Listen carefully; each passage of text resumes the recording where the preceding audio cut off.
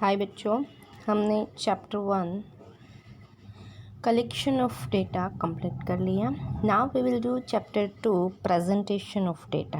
Okay, so first एक बार revise कर लेते हैं कि डेटा क्या है। Data is a set of observation expressed in quantitative and qualitative form. Okay, so quantitative form क्या है और क्वालिटेटिव फॉर्म क्या है वो भी हमने सीखा था। उसका ऑब्जर्वेशन करके जो हमने कलेक्ट किया है उसको एक्सप्रेस करना। कोई भी ऑब्जर्वेशन को एक्सप्रेस करते हैं या तो क्वांटिटेटिव फॉर्म में या तो क्वालिटेटिव फॉर्म में, that is called data. Okay, and you know very well कि statistics is a science which deals with the collection analysis and interpretation of numerical data. Okay, ये स्टैटिस्टिक्स है कि जो भी न्यूमेरिकल डेटा हमने collect किया है उसको एनालाइज करना, उसका इंटरप्रिटेशन करना, उसको क्लासीफाई करना, that is statistics. Okay, so in this chapter we will learn presentation of data कि डेटा को प्रेजेंट कैसे करते हैं। Okay, so let's start.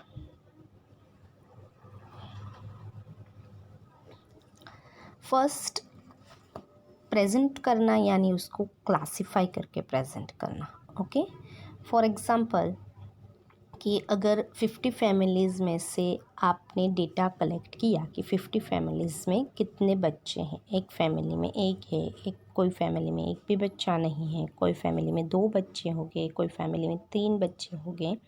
सो ये आपने डेटा कलेक्ट किया। अब उसको क्लासीफाई आप कैसे करोगे कि चलो भाई कितनी फैमिलीज़ ऐसी है कि जिसमें एक भी बच्चा नहीं है, कितनी फैमिलीज़ ऐसी है कि जिसमें 2 चिल्ड्रन हैं। Okay, so that is called classification.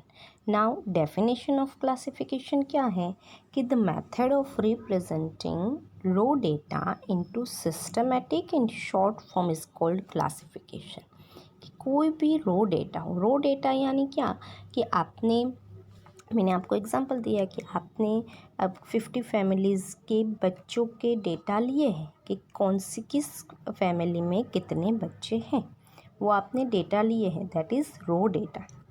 क्योंकि वो तो सिर्फ आपने ऐसे ही नंबर्स लिख लेंगे। 50 हाउस में अगर आप 1 बाय 1 जाओगे तो आप सिर्फ क्या करोगे, 1 to 50 नंबर दोगे, फिर पहले घर में जितने बच्चे हैं उतना लिखोगे, 0 है तो 0 लिखोगे, दूसरे घर में 2 बच्चे हैं तो वही लिखोगे, थर्ड घर में अगर आप जाओगे तो वहाँ पर भी कोई बच्चा नहीं है तो आप 0 लिखोगे। ये आपने डेटा कलेक्ट किया सिर्फ, दैट इज़ रो डेटा। अब इसी डेटा को सिस्टमेटिक वे में एक शॉर्ट फॉर्म में अगर आपको क्लासीफाई करना है कि चलो भाई अभी 0 1 2 3 इतने ही बच्चे, ज़्यादा से ज़्यादा 3 बच्चे हैं कोई फैमिली, ज़्यादा से ज़्यादा कोई भी बच्चा नहीं, कम से कम एक भी बच्चा नहीं है, तो आप क्या करोगे 0 1 2 3 लिखोगे। ओके, फिर आप क्या करोगे कि चलो भाई 0 बच्चे हैं, ए फैमिलीज़ कितनी हैं, 1 बच्चा है जिसमें वो कितनी फैमिलीज़ हैं, जिस फैमिली 3 बच्चे हैं वो कितनी हैं। Okay, so that is called classification of raw data. Okay, so now what is classification? The method of representing raw data into systematic and short form is called classification. Okay, next is types of classification. कि classification के types क्या है?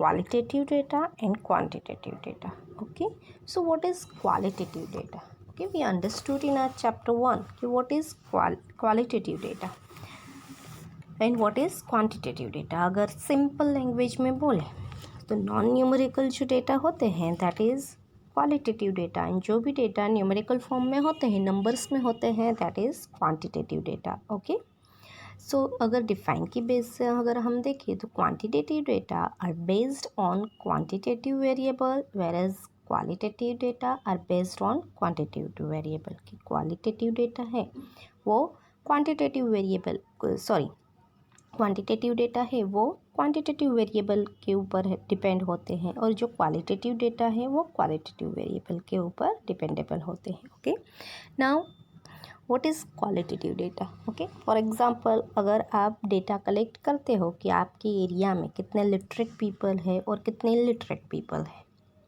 सो that is qualitative data.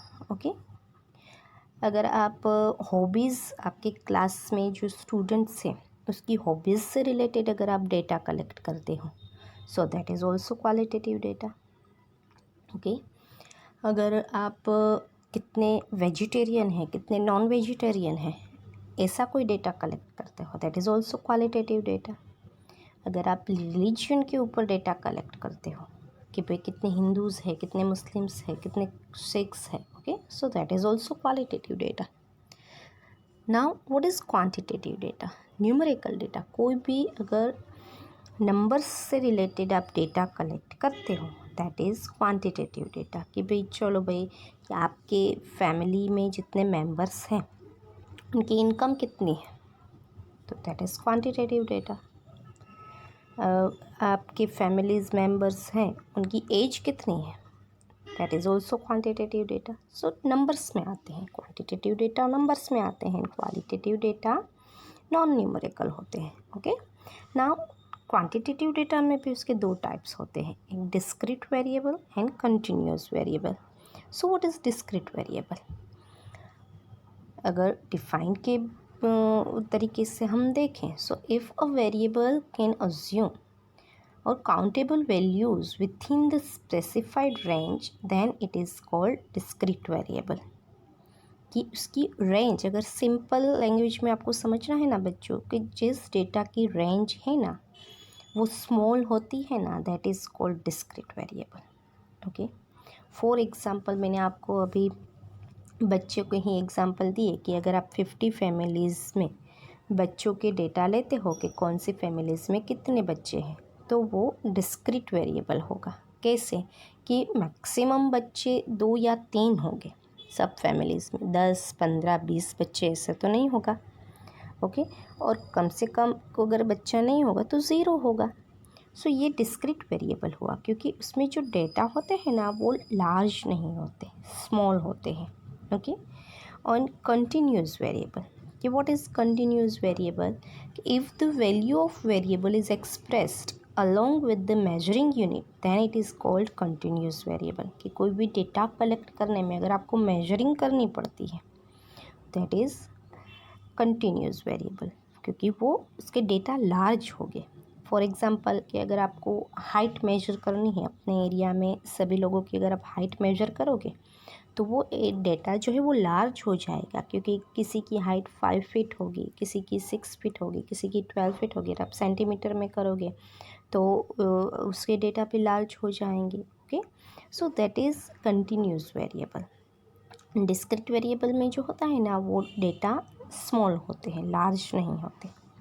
Okay, once again the data based on discrete variable are called discrete data, and the data based on continuous variable are called continuous data।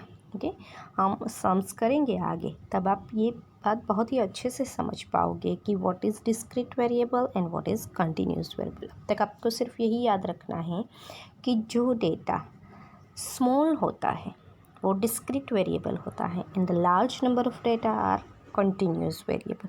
Okay, so इसमें क्या होता है आगे वो हम sums करेंगे तो आप उसको बेटर समझ पाओगे। ओके, चलो तो डायरेक्ट अभी हम सम्स पे चलते हैं। सबसे पहले हम लेते हैं एक्सरसाइज 2.1 का फर्स्ट सम। ओके, चलो लेट्स स्टार्ट। फर्स्ट सम क्या है कि the data regarding the number of children of 50 families residing in a certain area are given below। Prepare appropriate frequency distribution। 50 families का सर्वे किया है और 50 फैमिलीज़ में कितने चिल्ड्रन हैं उनका डेटा कलेक्ट किया है। अब इसको हमें डिस्ट्रीब्यूट करना है। ओके, क्लासीफाई करना है। देखो ये जो हैं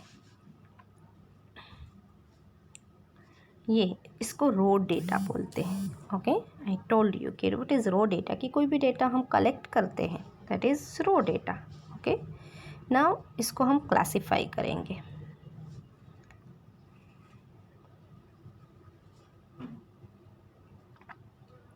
चलो तो फर्स्ट हम लिखेंगे, इसका हेडिंग लिखेंगे कि a discrete frequency distribution of number of children of 50 families. Okay, ये डिस्क्रीट फ्रीक्वेंसी में हमने डिस्ट्रीब्यूट किया है। डिस्क्रीट फ्रीक्वेंसी में क्यों डिस्ट्रीब्यूट किया है? देखो बच्चों, यहाँ पर आप देख सकते हो कि सबसे स्मॉल यूनिट कौन सा है? 0. Okay, and the large unit in the data is 3. देखो ज़्यादा से ज़्यादा 3 बच्चे हैं. ओके, सो ये 0 1 2 3 बस डेटा यहीं पर ख़त्म हो गए. नंबर वही रिपीट हो रहे हैं 0 1 2 3. सो ये स्मॉल डेटा कलेक्शन जो है वो स्मॉल है, इसमें लार्ज नंबर्स ऑफ यूनिट नहीं है. सो इसको हम डिस्क्रीट वेरिएबल कहेंगे और इसकी जो फ्रीक्वेंसी है, इसकी डिस्ट्रीब्यूशन हम करेंगे, that is discrete distribution frequency. Okay,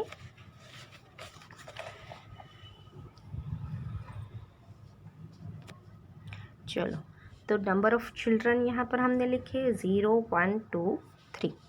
now this is tally marks. Okay, tally marks method से हम इसको डिस्ट्रीब्यूट करने वाले हैं. नंबर ऑफ फैमिलीज, इसको ऑल्सो फ्रीक्वेंसीज भी हम बोल सकते हैं. ओके, सो नाउ पहले हम लेंगे कि 1 क्या है.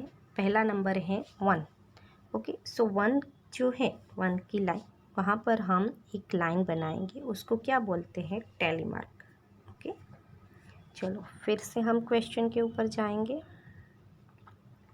फिर से 1 है तो फिर से हम कहाँ पर लाइन बनाएंगे? 1 के ऊपर, 1 के पास है वहाँ पर एक टैली मार्क बनाएंगे. ओके, नेक्स्ट है 2, तो हम 2 नंबर जहाँ पर है वहाँ एक टैली मार्क हमने बनाया है. ओके, ये है.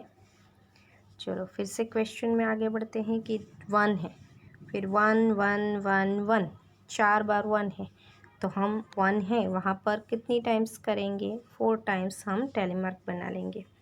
1 2 3. अब यहाँ पर 4 हो गए. जो 5th टैली मार्क आप करोगे ना बच्चों, 5th tally mark is put across. Okay, ऐसे करोगे तो ये ग्रुप बन जाएगा. To make a group we will put the 5th tally mark across. Okay, तो यहाँ पर एक ग्रुप बन जाएगा. ऐसा क्यों करते हैं? Because we can count them easily. Last में हमें टैली मार्क्स सब काउंट करने होते हैं. अगर आप ऐसे ही single single single tally marks करते जाओगे देन वी कांट काउंट. देर लगेगी हमें काउंटिंग में. बट अगर ऐसा करोगे, ग्रुप बना लोगे 5 5 का, तो हम इसको ईजिली काउंट कर पाते हैं. That's why we have to make a group of 5. Okay, फिर से क्वेश्चन में हम जाते हैं. तो देखो अभी 2 है, फिर 1 0 0. सो जहाँ पर 2 है वहाँ पर हम और एक टैली मार्क लगाएंगे. फिर 1 था तो वहाँ पर फिर से ग्रुप बनाएंगे. फिर 0 0 जितनी बार है, ऐसे आपको नंबर्स को डिस्ट्रीब्यूट करते जाना है. ओके, जो नंबर है उसी लाइन में आपको टैली मार्क बनाते जाना है. 4 टैली मार्क्स हो जाए then you will put the 5th tally mark across. Okay, so यहाँ पर एक ग्रुप बन जाएगा. तो इस तरीके से पूरा डिस्ट्रीब्यूशन आपको कर लेना है. देन लास्ट में आप क्या करोगे कि इसको टैली मार्क्स को आपको काउंट करना है. जैसे यहाँ पर 5 का एक ग्रुप बना और एक टैली मार्क अलग है. सो 5 + 1 6. सो यहाँ पर हमने 6 लिखा. फिर यहाँ पर 5 5 5 ऐसे 3 है. So 15 15 + 1 16. So we will write here 16. Then 5 5 5 5, 4 groups of 5, it means 20 20 + 1 21, 5 और 2 इट मीन्स 7. सो इस सब का अगर आप टोटल करोगे ना, सो ये कितना होना चाहिए? 50 हो जाना चाहिए. बिकॉज़ आप क्वेश्चन में देखोगे कि हमने 50 फैमिलीज़ का डेटा कलेक्ट किया है. सो यहाँ पर जो फ्रीक्वेंसीज़ हमें मिलेगी ना वो 50 मिलनी ही चाहिए. Okay, so this is the discrete frequency distribution of number of children of 50 families. ये 50 फैमिलीज़ का हमने डिस्क्रीट फ्रीक्वेंसी में डिस्ट्रीब्यूशन किया है. ओके, डिस्क्रीट फ्रीक्वेंसी क्यों की बच्चों? बिकॉज यहाँ पर जो डेटा थे ना वो स्मॉल थे, लार्ज नहीं थे. ओके, डेटा की रेंज जो थी वो स्मॉल थी, लार्ज नहीं थी, इसलिए हम डिस्क्रीट फ्रीक्वेंसी में इसका डिस्ट्रीब्यूशन कर पाए. ओके, नाउ नेक्स्ट सम देखते हैं कि the age of 60 employees working in an office are registered. It follows prepare frequency distribution by taking class length as 5 from this information. देखो बच्चों, यहाँ पर हमें क्लास लेंथ दी है. यहाँ पर एक वर्ड यूज़ हुआ है कि क्लास लेंथ हमें 5 यूज़ करनी है. तो क्लास लेंथ बनाने इसका मतलब ये जो है वो डिस्क्रीट फ्रीक्वेंसी में हम इसको डिस्ट्रीब्यूट नहीं कर पाएंगे, बिकॉज इसमें जो डेटा है ना वो लार्ज है, स्मॉल नहीं है। सो कंटिन्यूस फ्रीक्वेंसी में हमें इसको डिस्ट्रीब्यूट करना पड़ेगा। So what is continuous frequency?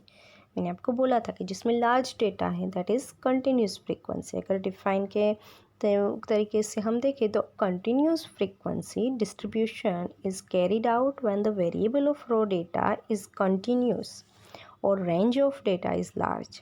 जिसके जो डेटा कलेक्ट हमने किया है इसकी रेंज अगर लार्ज है तो हम इसको कंटिन्यूस फ्रीक्वेंसी डिस्ट्रीब्यूशन में डिस्ट्रीब्यूट करेंगे। ओके, सो क्लास लेंथ हमें 5 रखनी है, वो आपको याद रखना है। ओके, सबसे पहले हमें लार्ज ऑब्जर्वेशन फाइंड करना है कि इसमें लार्ज ऑब्जर्वेशन कौन सा है। सो लार्ज ऑब्जर्वेशन है 58।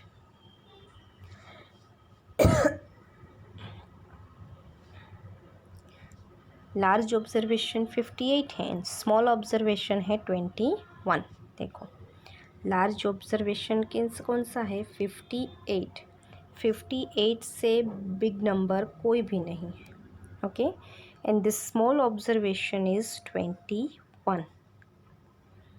ओके, यानी ये एम्प्लॉयज़ का हमें डिस्ट्रीब्यूट करना है। 60 एम्प्लॉयज़ है, इसकी एज है तो सबसे कम एज वाला जो है वो 21 है और सबसे ज़्यादा एज वाला कौन सा एम्प्लॉय है, कितनी एज है उसकी 58 है।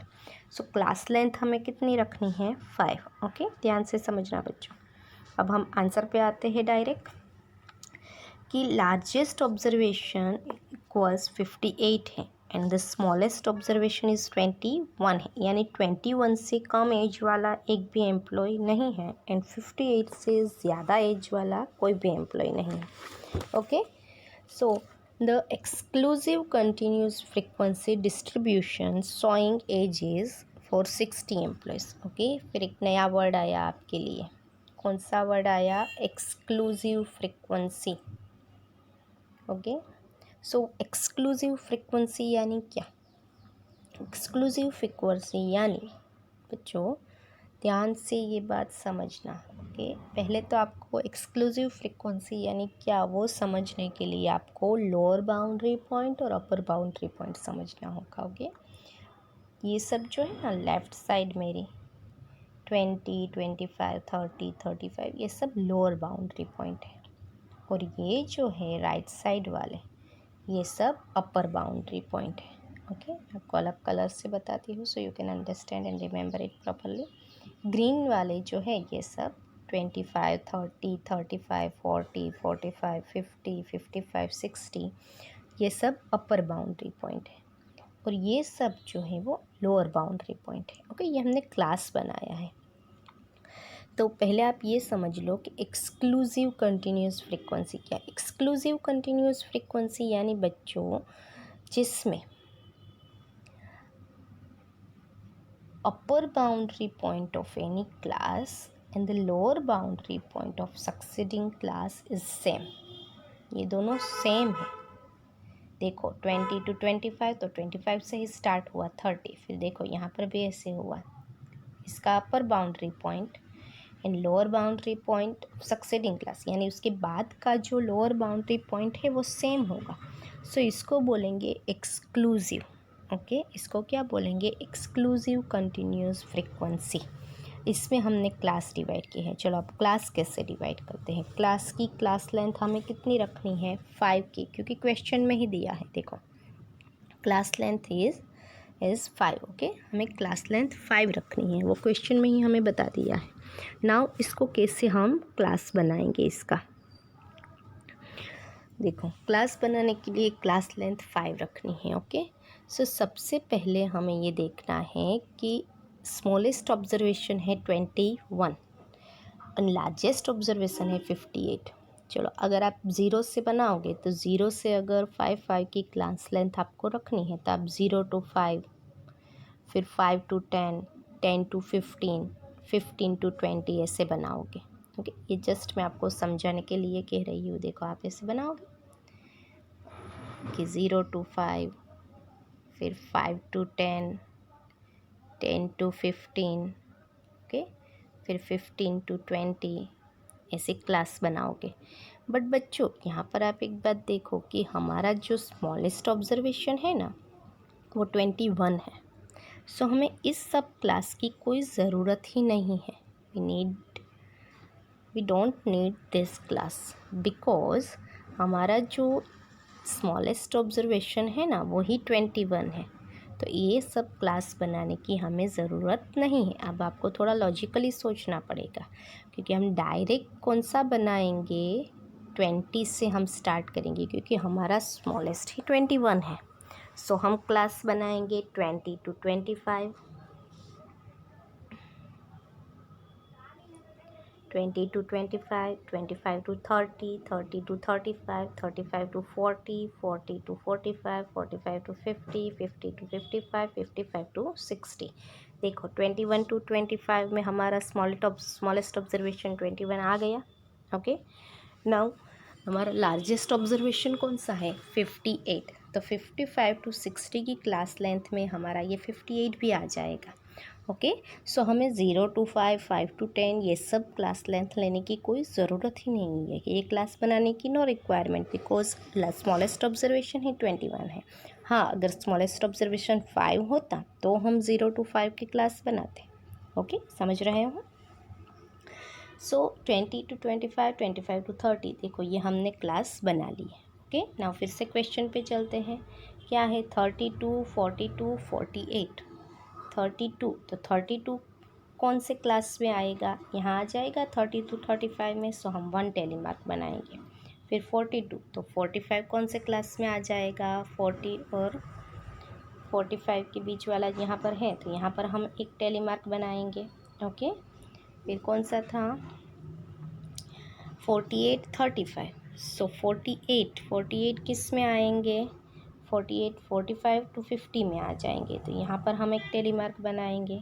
ओके, सो ऐसे आपको जो नंबर जिस क्लास में आता है, जिस क्लास में बीच में, ऐसे आपको कर लेना है। ओके, एक बात यहाँ पर बच्चों ध्यान रखना कि चलो यहाँ पर 25 है। ओके, ये 25 आया। सो ये 25 आप कौन से क्लास में लिखोगे, बिकॉज यहाँ पर भी 25 है, यहाँ पर भी है एंड यहाँ पर भी 25 है। सो 25 आप किस में लिखोगे, तो 25 जब आता है तो वो हमें लोअर बाउंड्री पॉइंट में ही लिखना होता है।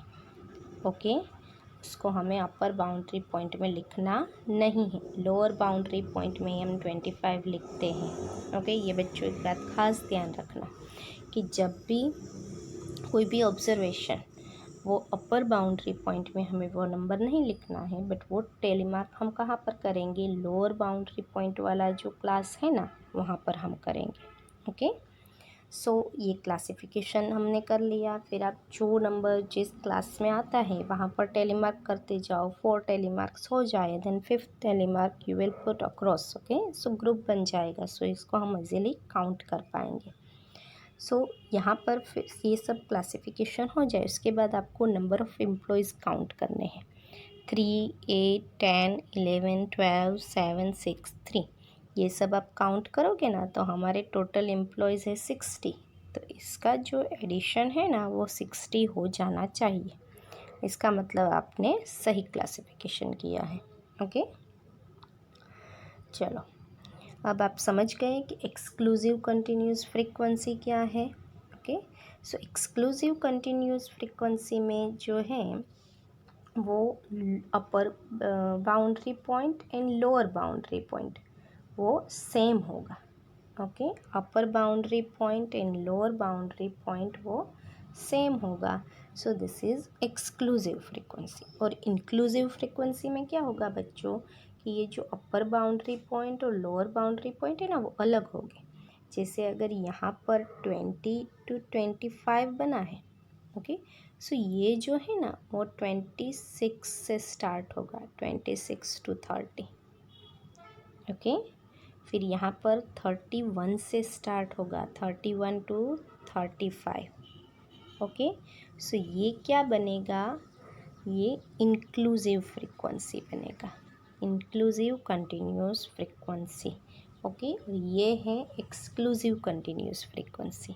ये बात तो अपने दिमाग में बिठा लेना और नोट डाउन भी कर लेना बच्चों कि एक्सक्लूसिव फ्रीक्वेंसी और इंक्लूसिव कंटिन्यूस फ्रीक्वेंसी क्या है। ओके, ये एक्सक्लूसिव है जिसमें सेम होता है upper boundary point of any class and the lower boundary point of succeeding class is same in exclusive continuous frequency and inclusive continuous frequency में ये दोनों upper boundary point of any class and the lower boundary point of succeeding class is not same। देखो ये दोनों same नहीं होते, वो है इंक्लूसिव फ्रीक्वेंसी और ये है एक्सक्लूसिव कंटिन्यूस फ्रीक्वेंसी। ओके, ये एक पॉइंट आपको नोट करना है और एक पॉइंट क्या नोट करोगे कि जब भी कोई भी यही नंबर आता है, जैसे यहाँ पर 25 आएगा, कोई भी एम्प्लॉय की एज अगर 25 होगी तो 25 आप कहाँ पर लिखोगे, आप लोअर बाउंड्री पॉइंट वाला जो 25 है यहाँ पर ही लिखोगे। ओके, सो ये दो बात आप बच्चों दिमाग में बिठा लेना और नोट डाउन भी कर लेना। ओके।